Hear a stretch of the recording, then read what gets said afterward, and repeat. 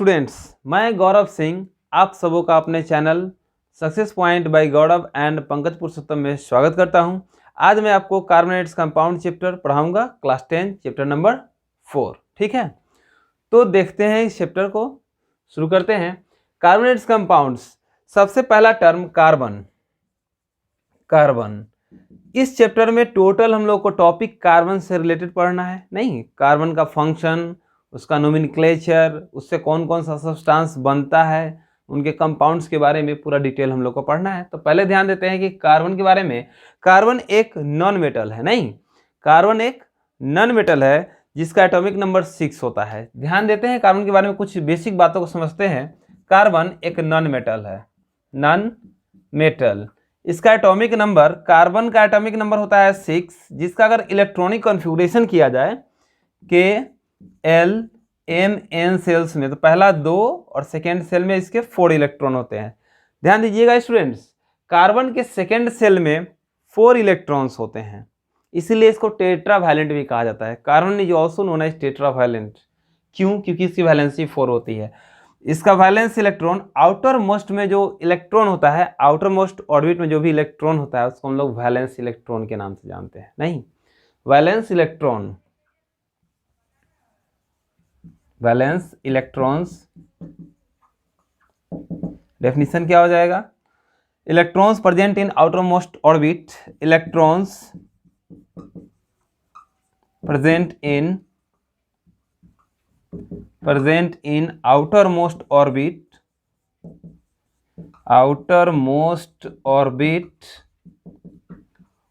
of an element is called valence electron. Valence electrons. Students, जिस समय मैं अभी आपको पढ़ा रहा हूं, आप क्या करो, at the same time pen और कॉपी लेकर बैठो और कुछ नोट डाउन करते जाओ। बहुत कुछ समझ में आ जाएगा, कॉन्सेप्ट भी क्लियर होगा। ठीक है, तो पेन और कॉपी लेकर जरूर बैठिएगा। ध्यान दीजिएगा, valence electrons, electrons present in outer most orbit of an electron is called, of an element is called valence electron. ये तो डेफिनेशंस हो गया, इसको भी याद कर लेना है, बहुत ईजी है। सबसे बाहरी सेल में जो इलेक्ट्रॉन होगा वैलेंस इलेक्ट्रॉन होगा, बस इतना ही। तो कार्बन का वैलेंस इलेक्ट्रॉन कितना हो जाएगा? 4। अब इसी पे हमें बात करना है, कार्बन का वैलेंस इलेक्ट्रॉन कितना?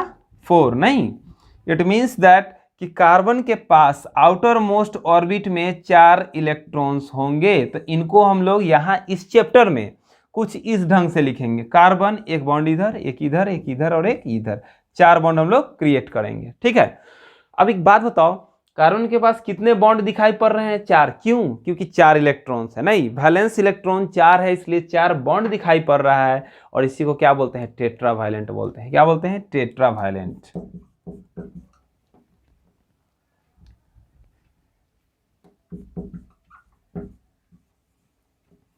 कार्बन क्या होता है? टेट्रावैलेंट होता है। ध्यान से समझना है, कार्बन के साथ ज्यादातर जो बॉन्ड बनता है वो हाइड्रोजन के साथ बनता है। हम यूं कह सकते हैं कि कार्बन का बेस्ट फ्रेंड कौन है भाई? हाइड्रोजन है। कार्बन का बेस्ट फ्रेंड हाइड्रोजन हम इसलिए बोल रहे हैं क्योंकि कार्बन हाइड्रोजन के साथ मिलकर 5 मिलियन कंपाउंड क्रिएट करता है, बनाता है 50 लाख कंपाउंड। ठीक है, इसीलिए कार्बन का सबसे क्लोजेस्ट जो फ्रेंड है वो कौन है? हाइड्रोजन है। बच्चों, यहाँ पे एक बात आता है, हाइड्रोजन और कार्बन से मिलकर बनने वाले कंपाउंड को हम लोग कहते हैं hydrocarbon. The compounds of hydrogen and carbon is called hydrocarbon. यहाँ पे एक डेफिनेशन मिलेगा आप लोगों को, ध्यान देना है। हाइड्रोकार्बन का डेफिनेशन लिख लीजिएगा, hydrocarbon compounds of hydrogen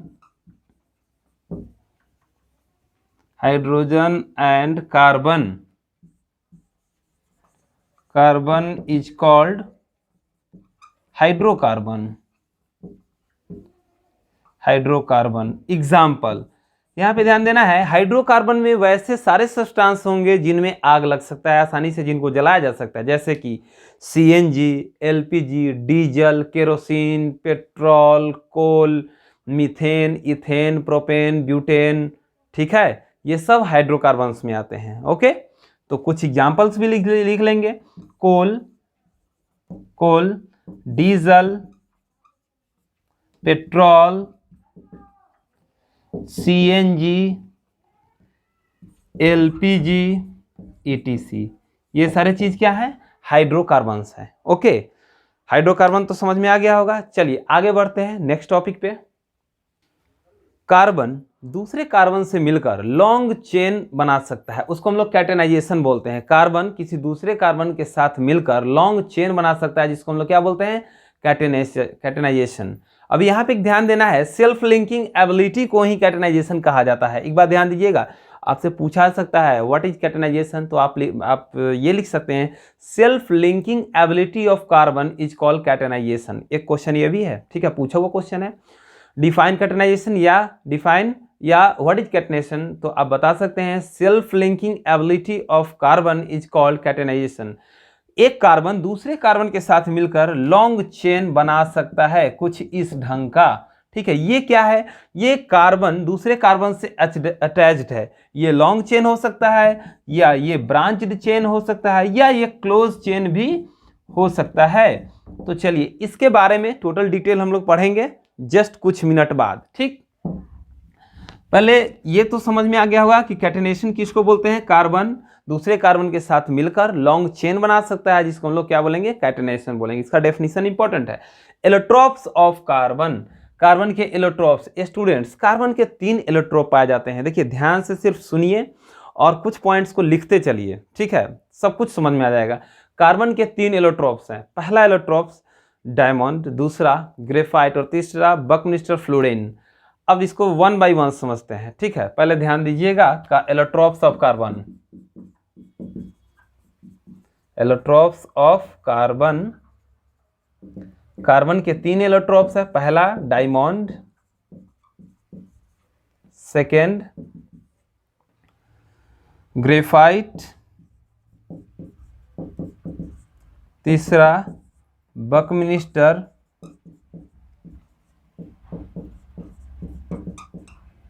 fluorine. एक बात ध्यान दीजिएगा, बकमिस्टर फ्लोरीन जो है ना एक साइंटिस्ट के नाम पे है, ठीक है। डायमंड और ग्रेफाइट के बारे में तो हम लोग पढ़े हैं, पिछले चैप्टर में पढ़े हैं और जानते भी हैं, लेकिन ये बकमिस्टर जो फ्लोरीन है ये किसी साइंटिस्ट के नाम पे है नहीं, ये एक साइंटिस्ट के नाम पे लिखा हुआ है। इसका फॉर्मूला होता है C60। स्टूडेंट्स ध्यान देना है, ये भी क्वाइट इंपॉर्टेंट है। बकमिस्टर फ्लोरीन का फॉर्मूला इंपॉर्टेंट है, याद कर लेना है इसको, क्या है? C60, ठीक है। हम लोग पढ़ेंगे डायमंड, ग्रेफाइट और बकमिस्टर, ये तीनों क्या है? एलोट्रोप्स ऑफ कार्बन है। ये कार्बन के प्योरेस्ट फॉर्म है, कार्बन के तीनों क्या है? प्योर फॉर्म है। पहला है डायमंड। डायमंड के बारे में मैं कुछ बेसिक बातें आपको बता दूं। It is the hardest natural substance, it is the hardest natural substance. Students एक बात ध्यान देना है, हार्डेस्ट नेचुरल सब्सटेंस पूछा जाए, नेचुरली ऑकरिंग सब्सटेंस जो सबसे हार्ड हो उसका नाम डायमंड होगा। अगर हार्डेस्ट मेटल पूछा जाए तो उसका नाम प्लेटिनम होगा। ओके, ध्यान रखना है, यहाँ पे कंफ्यूजन नहीं होना चाहिए। हार्डेस्ट मेटल की बात करें तो platinum, hardest naturally occurring substance that is diamond.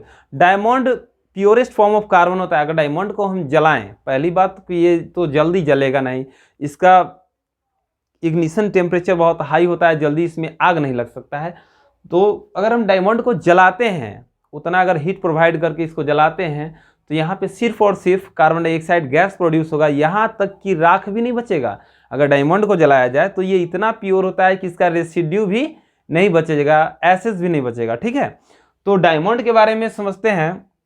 Diamond electricity का बैड कंडक्टर होता है। चलिए इसके कुछ पॉइंट्स को मैं लिखता चलता हूं, आप भी इसको लिखें और समझें। Diamond bad conductor of electricity, bad conductor of electricity. देखिए स्टूडेंट्स, मैं ये टॉपिक इसलिए लिखा हूं क्योंकि यहीं पे जस्ट हम लोग जो दूसरे इलेक्ट्रोप की बात करेंगे, ग्रेफाइट की, तब वो इलेक्ट्रिसिटी का गुड कंडक्टर होता है, जबकि डायमंड कंडक्टर नहीं होता। कारण इसका बताते हैं अभी जस्ट। देखिए डायमंड तो फुल्ली कार्बन से बना हुआ है, ये तो पहले ही अभी बता चुका हूं।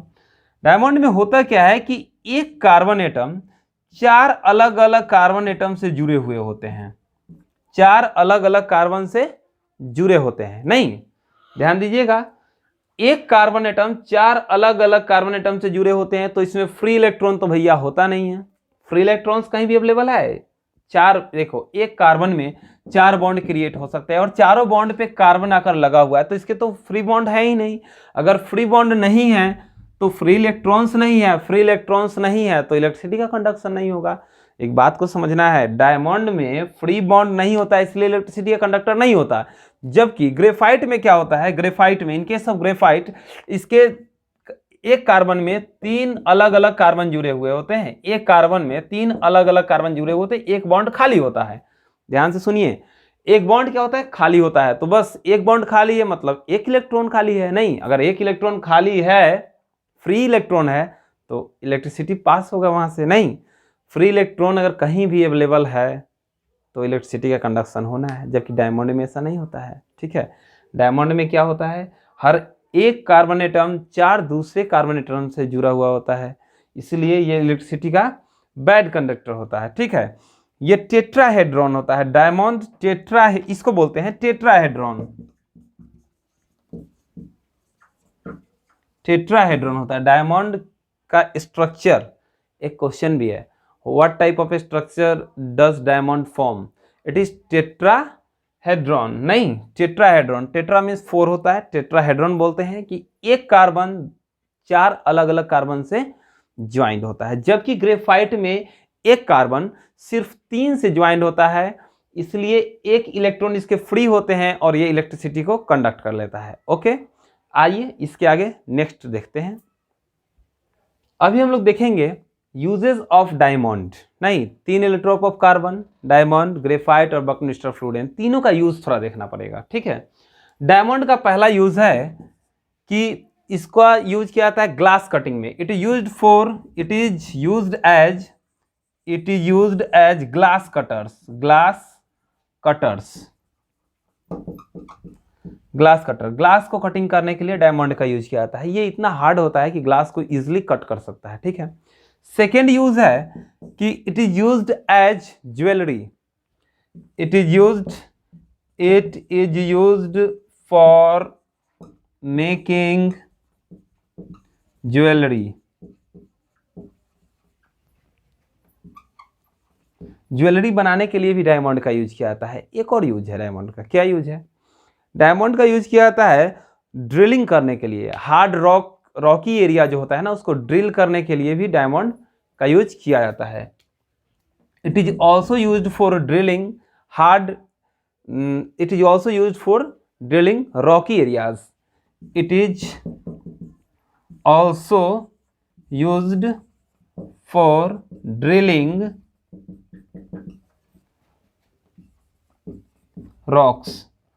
रॉक्स को ड्रिल करने के लिए भी डायमंड का यूज किया जाता है। डायमंड इतना हार्ड होता है कि ये किसी भी नेचुरल सब्सटेंस को इजीली कट कर सकता है। तो सबसे पहला यूज तो हम लोग देख लिए कि ये ग्लास कटिंग में यूज होता है, सेकेंड ज्वेलरी बनाने में, और तीसरा रॉक ड्रिलिंग करने में। रॉक को ड्रिल करने में भी डायमंड का यूज होता है। ठीक है स्टूडेंट्स, यहाँ तक तो क्लियर हो गया होगा। डायमंड का यूज अगर एग्जाम में आ जाए तो आप बिल्कुल लिख सकते हैं, इसको नोट डाउन जरूर कीजिएगा। इसके बाद नेक्स्ट हम लोग देखेंगे ग्रेफाइट का। ठीक है, मैं इसको इरेज करता हूँ, ग्रेफाइट का बताता हूँ। नेक्स्ट ग्रेफाइट का यूज बहुत इंपॉर्टेंट यूज है। पहला यूज है इसका, जैसे fast moving parts of machinery. कोई मशीन का अगर पार्ट्स बहुत ज़्यादा मूव कर रहा हो तो वहाँ पे बहुत अधिक मात्रा में हीट रिलीज होगा, नहीं वो बहुत जल्दी हीट हो जाएगा, तो वहाँ पे आग ना लगे, इसलिए हम लोग पाउडर्ड फॉर्म ऑफ ग्रेफाइट का यूज करते हैं। ग्रेफाइट का पाउडर बहुत स्लिपरी होता है, इसलिए इसको लुब्रिकेंट्स के तौर पे यूज कर सकते हैं। कैसा लुब्रिकेंट? Dry lubricants. ठीक है, पहला यूज। दूसरा यूज, इसको हम लोग पेंसिल के लीड के फॉर्म में यूज कर सकते हैं, लिखने के लिए नहीं, for writing purposes it used as pencil lead. Third one, graphite का यूज किया जाता है इलेक्ट्रोड के रूप में, कार्बन इलेक्ट्रोड। नहीं, कार्बन इलेक्ट्रोड कहाँ पे? बैटरी में। ड्राई सेल जो बैटरी होता है, छोटा बैटरी जो घड़ियों में लगाया जाता है, या वो कुछ सेल ही बोलते हैं, सेल या टॉर्चेज में, तो उसके अंदर एक पतला ग्रेफाइट रॉड होता है जो किस चीज़ का बना होता है? प्योर कार्बन का बना होता है। तो ग्रेफाइट का यूज लिख लेते हैं, क्वाइट इंपॉर्टेंट है। पहला यूज है graphite, powdered form of graphite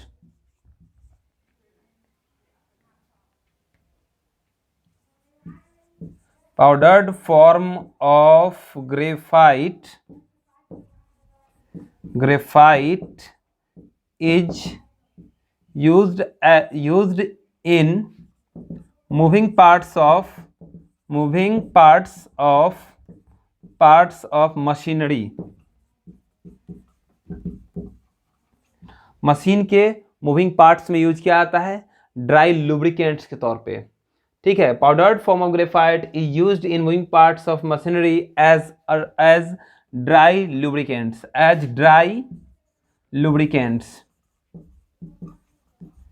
students, हो सकता है कि यहाँ पे एक टर्म लुब्रिकेंट्स है, इसका मीनिंग ना समझ में आ रहा हो। लुब्रिकेंट्स का मतलब होता है वैसा सब्सटेंस जो किसी भी मूविंग पार्ट्स को और फ्रीली मूव करने में हेल्प करे। नहीं, जैसे बैरिंग में हम लोग ग्रीस लगाते हैं, तो ग्रीस लगाने से क्या होता है, जैसे फैन है, फैन के बैरिंग में अगर ग्रीस लगाते हैं तो फैन फास्टली रोटेट करता है। नहीं, in the same way dry lubricants के तौर पे हम लोग ग्रेफाइट का पाउडर यूज करते हैं। फर्स्ट यूज हो गया। Second use, it is used as electrodes in cell में भी इलेक्ट्रोड्स के रूप में यूज होता है, इलेक्ट्रोड के रूप में, सेल्स के रूप में वो यूज होता है। और बैटरीज, सेल और बैटरीज के रूप में यूज होता है। ओके, एक और यूज है इसका, it is used in pencil for writing purposes. It is used in pencil for writing purpose. ठीक है, तो इसको लिख लेंगे और थोड़ा रिवाइज करना पड़ेगा। ठीक है, ओके। फिर इसके बाद वाला टॉपिक हम लोग देखते हैं। It is used as electrodes in cells. नहीं, सेल तो ये स्पेलिंग गलत है, CELL, शायद मैं पहली बार सही लिखा था। ओके, तो ये क्या हो जाएगा, ये तीन इसके यूजेज हैं। इसके बाद जस्ट है बकमिस्टर फ्लूरेन, जो हम लोगों को पढ़ना ही नहीं है, सिलेबस NCERT में इंक्लूडेड है कि बकमिस्टर फ्लूरेन हायर क्लासेस में पढ़ना है और इसके ऊपर अभी इन्वेस्टिगेशन हो ही रहा है, तो उसको तो सिलेबस में पढ़ना नहीं है, तो उसको छोड़ते हैं, स्किप करते हैं, आगे बढ़ते हैं। लेकिन एक बात ध्यान दीजिएगा, बकमिस्टर फ्लूरेन का फॉर्मूला C60 जो फुटबॉल शेप्ड का होता है, इससे क्वेश्चन आ सकता है। ध्यान रखिएगा, इसका शेप कैसा होगा, फुटबॉल शेप का होगा और इसका फॉर्मूला C60 होता है। तो उम्मीद करते हैं आपको कार्बन का एलोट्रोप समझ में आया होगा। 3 एलोट्रोप है कार्बन के, नहीं, डायमंड, ग्रेफाइट और बकमिस्टर फ्लूरेन, जिसके बारे में मैंने आपको डिटेल बताया है, और आप इनके यूजेस को भी लिख लेंगे, क्वाइट इंपॉर्टेंट है। फिर देखते हैं आगे। स्टूडेंट्स, अब हम लोग ऑर्गेनिक कंपाउंड के बारे में समझेंगे। नहीं, organic compound of carbon is called organic compound. Organic